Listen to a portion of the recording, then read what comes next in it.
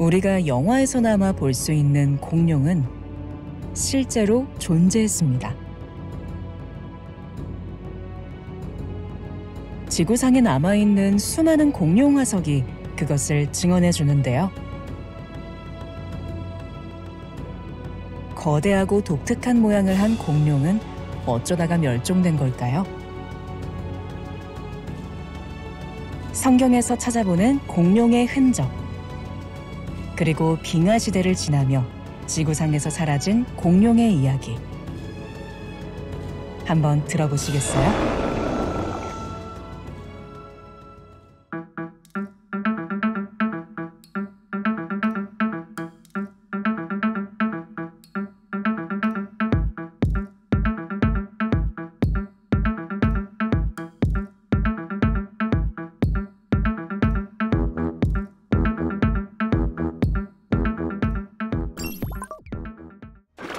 안녕하세요.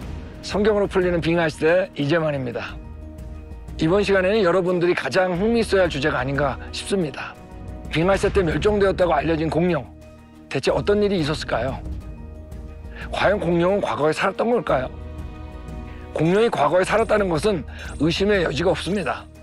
세계 곳곳에서 발견되는 공룡 화석들은 과거에 그들이 살았음을 보여주기 때문입니다. 대표적인 공룡의 모습을 보실까요? 브라키오사우루스, 티라노사우루스, 파라사우룰로푸스, 트리세라톱스, 안킬로사우루스, 스테고사우루스 등입니다.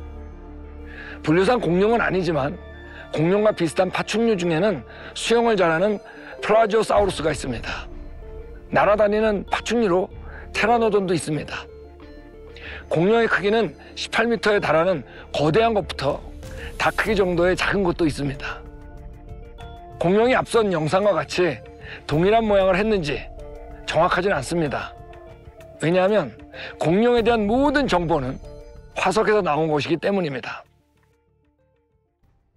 뼈만 가지고 실제 겉모습을 복원하는 것은 쉽지 않습니다. 더군다나 피부 모양, 피부색, 정확한 외형, 털이 있는지 없는지 등은 파악이 불가능합니다.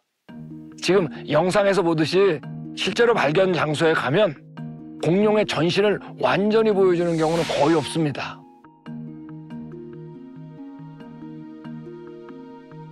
미국에서 공룡 화석으로 가장 유명한 곳 중에 하나, 유타주에 있는 공룡 국립공원입니다. 영상과 사진에서 보시다시피 조각조각 발견됩니다. 박물관에 거대한 전신을 보여주는 공룡들이 있지만 많은 것들은 일부의 뼈를 가지고 확장한 것들입니다. 이런 예가 있습니다. 유명한 공룡 중에 브론토사우루스는 발견되었는데 약 100년 후인 1970년에 그 이름이 공룡 백과사전에서 제거됐습니다. 실제로 이 공룡은 중요한 머리가 발견되지 않았어요. 나중에 6km 떨어진 곳에 다른 공룡의 머리를 꿰어 맞췄는데 발견자가 이 사실을 언급하지 않았었습니다. 공룡 연구가들의 섣부른 결론을 내는 것도 늘 문제가 되어 왔습니다. 그러나 일단 처음 발표된 내용이 퍼지고 나면 회수가 어렵습니다. 공룡의 진짜 모습을 그리기도 어려운데 그들이 어떤 생활을 하고 있었는지, 무엇을 먹었는지 등은 더욱 어렵습니다.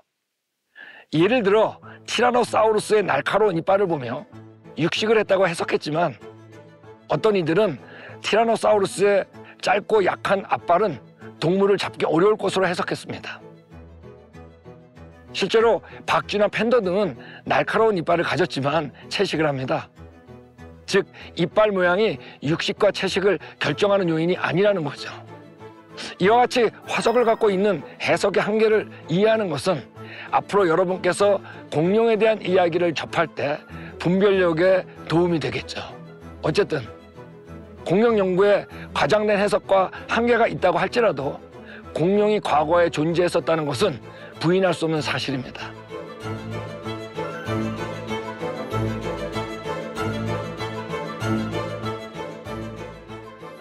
공룡이 과거에 살았었다는 점보다 실제로 더 궁금한 점은 그 공룡들이 지금은 왜 존재하지 않는가 하는 것입니다. 진화론적으로 공룡은 2억 3천만 년 전부터 6,500만 년 전까지 살았다고 합니다. 소위 말하는 고생대, 중생대, 신생대 시기의 진화 역사 가운데 중생대 시기에 살았다고 하는 거죠. 대표적인 이론은 소행성 충돌 이론입니다.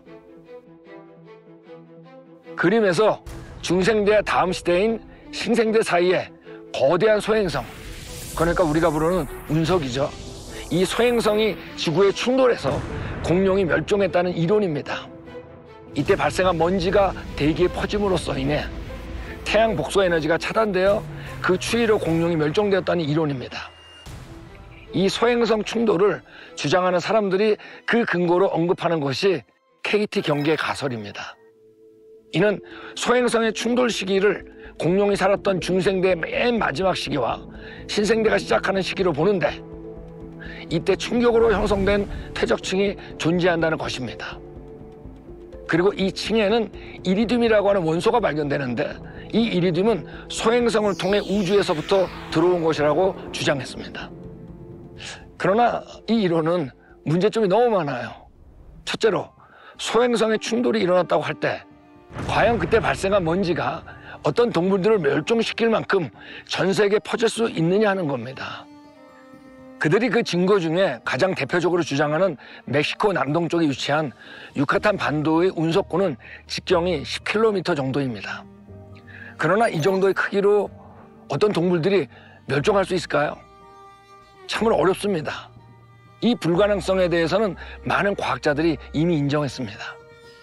앞서 빙하시대 때 기온을 낮추었던 옐로우스톤 칼데라는 60km였습니다.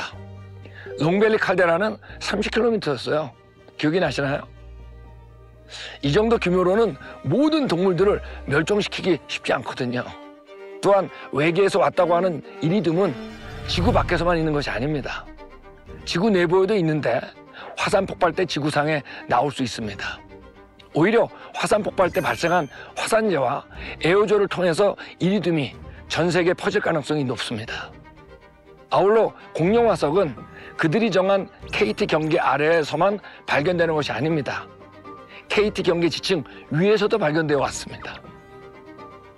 무엇보다도 이 이론의 정말 화약한 부분은 공룡 외에 추위에 약한 다른 동물도 있잖아요. 예를 들어 악어, 개구리, 거북이, 도마뱀 등입니다. 그러나 이런 동물들이 왜 여전히 살아있는지 그 이유를 설명하지 못합니다.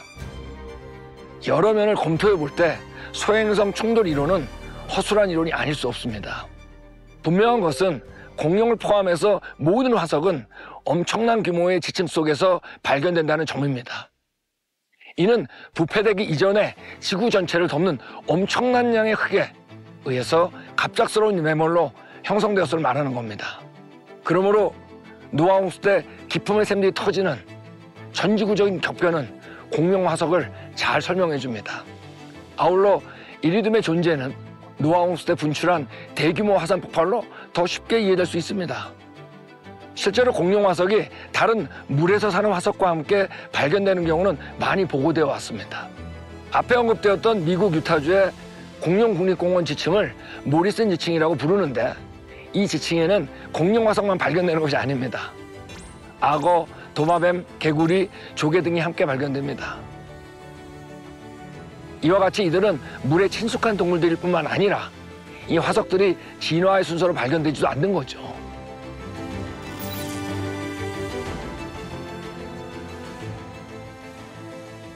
공룡이 진화론자들이 주장하듯이 수천만 년 전 살지 않았다는 아주 강력한 증거가 있습니다. 바로 공룡 뼛속에 있는 연부 조직입니다. 연부 조직이란 영어로는 소프트 티슈죠. 근육, 인대, 혈관, 힘줄 등의 조직을 말합니다. 즉, 공룡 화석은 단순히 단단한 뼈만 발견되는 것이 아닙니다. 이러한 부드러운 부분도 함께 발견됩니다. 1997년 당시 노스캐롤라이나 주립대학의 메리 슈바이처 박사는 진화론적으로 6,500만 년 되었다는 티라노사우루스 화석에서 연부 조직을 발견했습니다. 공룡 뼛속에 있는 연부 조직입니다.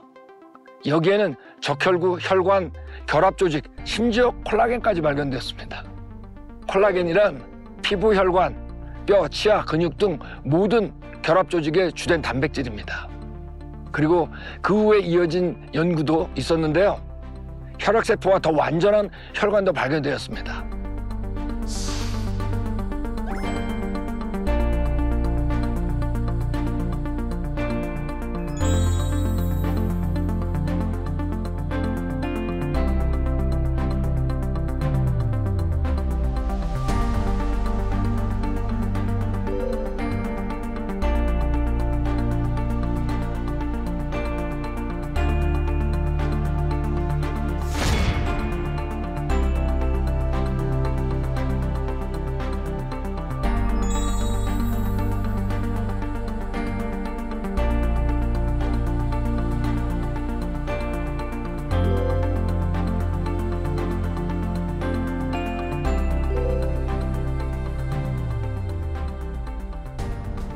여러분, 놀랍지 않으세요?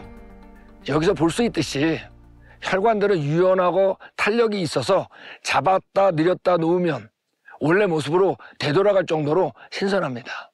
생물학적 구조와 분자들은 아무리 길어도 수만 년 이상 유지될 수 없는 것이 이미 실험에 의해 확립된 과학입니다.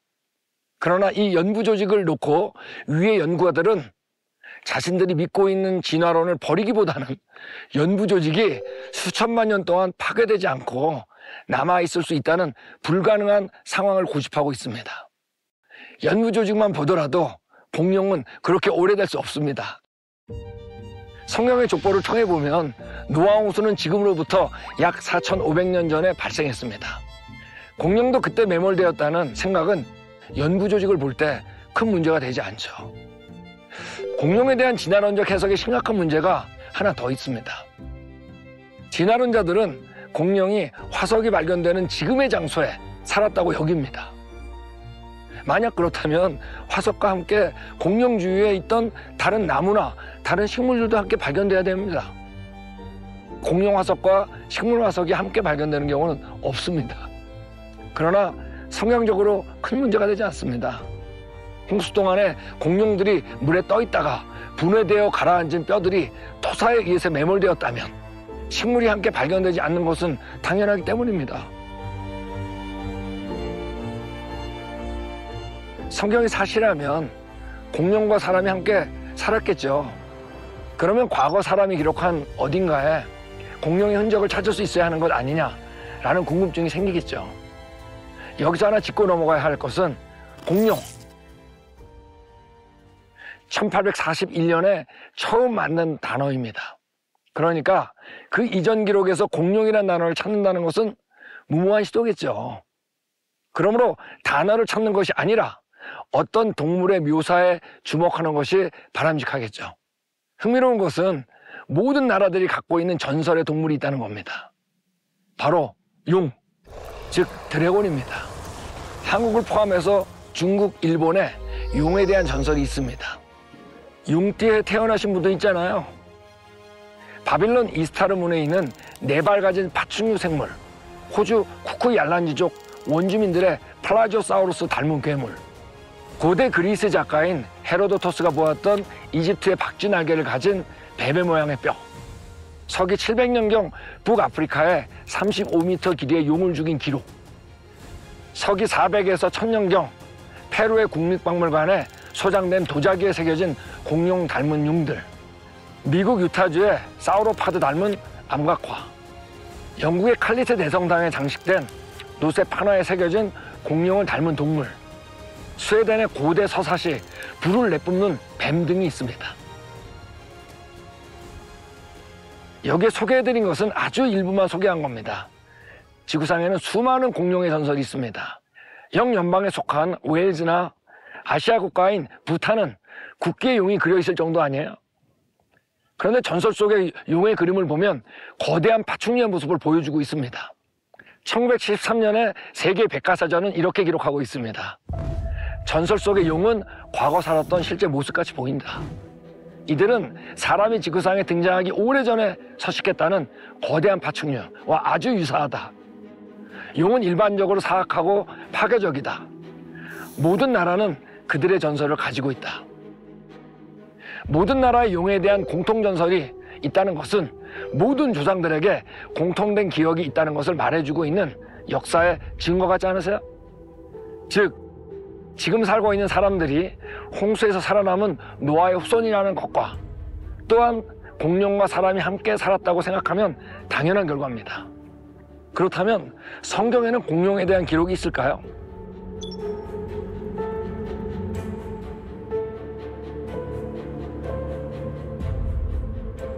다시 한번 말씀드리지만 성경에서도 공룡이란 단어를 찾아서는 안 되겠죠.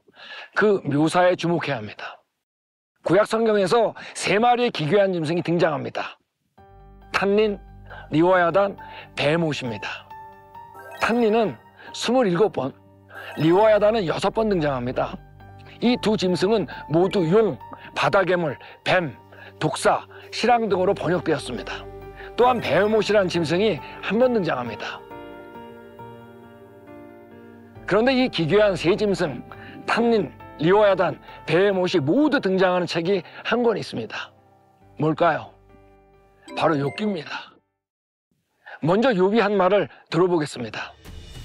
내가 바다니까? 내가 바다괴물이니까? 여기서 바다괴물이 탄닌입니다. 나를 저주하는 자들, 곧 리워야단을 격동시키기에 익숙한 자들이 그 밤을 저주하였더라면. 리워야단이 등장하죠? 욥기 41장은 한 장 전체가 리워야단에 대한 하나님의 말씀입니다. 네가 능히 낚시로 리워야단을 낚을 수 있겠느냐? 노끈으로 그 혀를 낼 수 있겠느냐? 예전에는 이 짐승이 무엇인지 몰라서 악어로 번역했지만 최근 개역개정은 모두 원어로 바꿨습니다. 여기에 한 번 등장하는 베헤못이 흥미롭습니다. 그 모양이 자세히 언급되어 있거든요. 하나님께서 욥에게 직접 하신 말씀인데 보시겠습니다. 이제 소같이 풀을 먹는 베헤못을 볼지어다. 그 꼬리치는 것이 백양목이 흔들리는 것 같고 그 넓적다리의 힘줄은 서로 얽혀 있으며 그 뼈는 녹관 같고 그 뼈는 쇠막대기 같으니라. 예전 개역개정은 이를 하마로 번역하였었습니다. 영어 성경도 예전에는 하마 또는 코끼리로 번역된 것이 있었습니다. 이 짐승이 무엇인지 모르니까 적당히 번역을 한 거죠. 그러나 최근 번역한 성경들은 거의 원어를 그대로 사용했습니다. 꼬리치는 것이 백양목 같다고 했습니다.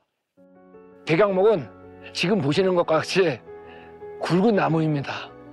그런데 하마꼬리 보실까요? 하마꼬리는 거의 흔들리지 않습니다. 코끼리는 어떤가요? 흔들리긴 해도 백양목은 아니죠. 과연 이 백양목과 같은 꼬리의 주인공은 누굴까요? 이건가요? 아니면 이건가요? 이건 어떤가요? 우리가 아는 아파토사우루스에 잘 맞아 떨어지죠. 또 넓적다리 힘줄은 서로 얽혀 있다고 했습니다. 실제로 공룡 전문가들은 아파토사우루스의 길고 굵은 꼬리에 주목을 합니다. 꼬리는 몸의 균형을 잡는 데 아주 중요합니다. 그렇다면 이들이 걸으면서 이 무거운 꼬리를 움직여야 하는데 움직이기 위해서는 단지 꼬리만 가지고는 안 되며 해부학적으로 그 꼬리가 넓적다리에 밀접하게 연결되어 있어야 합니다. 그런데 넓적다리 힘줄이 얽혀 있다고 한 것은 사실적 묘사가 아닐 수 없습니다. 단지 힘줄뿐만이 아니라 그 큰 몸을 유지하려면 뼈가 튼튼해야 합니다. 그런데 그 뼈가 노수로 만든 관, 튜브와 쇠막대기 같다고 했습니다. 아주 단단한 뼈를 말합니다. 정말로 거대한 아파토사우루스를 보는 것 같지 않으세요? 그런데 하나님께서 욥에게 이 베헤못을 보라고 하십니다. 욥은 베헤못을 목격했던 사람입니다. 즉 빙하 시대의 끝 무렵인 해빙 때 욥이 살던 시기에는 아직 공룡이 생존해 있었던 겁니다. 자, 그러면 여기서 공룡에 대하여 성경 역사와 함께 정리해 보겠습니다. 하나님께서 공룡도 다른 피조물과 함께 창조하셨습니다. 육지동물이므로 6째 날에 창조되었겠죠. 그리고 타락 이전에 보시기에 좋았던 상황 속에서 살았습니다. 그러나 아담과 하와의 타락으로 인해서 모든 피조물처럼 공룡도 저주를 받았습니다. 세상이 안 좋아지기 시작한 겁니다. 그 이후 노아홍수 심판 때 방주에 타지 않은 공룡들은 모두 죽었습니다. 위의 그림처럼 대부분은 물에 떠서 익사하였으며 또한 많은 것들은 흙에 매몰되어 지층 속에 갇혔습니다. 홍수가 끝나자 모든 동물과 함께 공룡도 방주에 나왔겠죠. 그리고 수변 사막 동안 큰 어려움 없이 잘 지냈습니다. 그러나 바벨탑에 이은 빙하 시대를 겪으며 공룡을 포함한 많은 동물들이 자연 선택에 의해 죽었습니다. 그래도 빙하 시대를 겪고 남은 공룡들이 있었겠죠. 하지만 큰 체구를 유지해야 했던 공룡은 다른 동물보다 더 어려움을 겪었겠죠. 아파토사우루스의 정도의 덩치를 유지하려면 하루에 녹색 식물을 1톤 정도를 먹어야 한다고 합니다. 빙하 시대 이후에 극단적으로 변하는 지구 환경으로 인해 공룡은 점점 어려움을 겪었겠죠. 결국 마지막 한 마리가 죽었을 때가 있었겠죠. 멸종이 일어난 겁니다.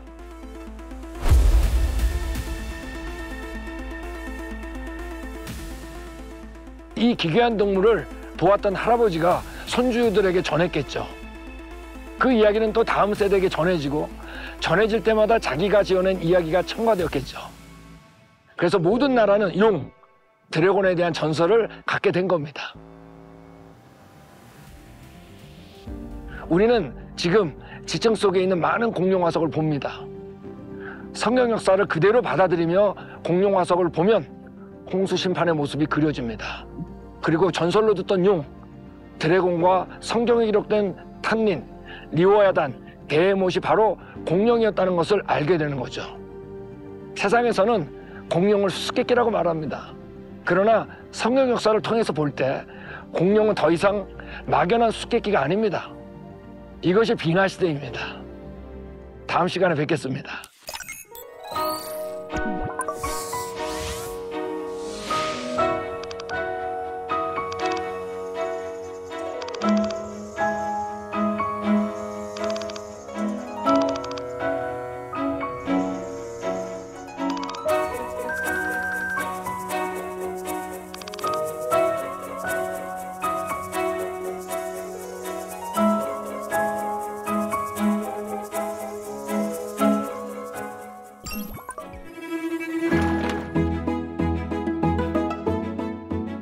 방주에서 나와서 죽은 것도 있을 수 있다라는 얘기들을 하기도 합니다. 그런데 거의 대부분은 공룡들은 노아홍수 때 매몰된 것으로 보여요. 왜냐하면 지질학자들에게 노아홍수 때 만들어진 지층, 특별히 창조과학 지질학자죠. 그 지층과 빙하시대 지층은 쉽게 구분이 되거든요. 근데 공룡 화석들은 모두가 다 지금까지 본 거로는 노아홍수 지층 속에 매몰된 것들입니다.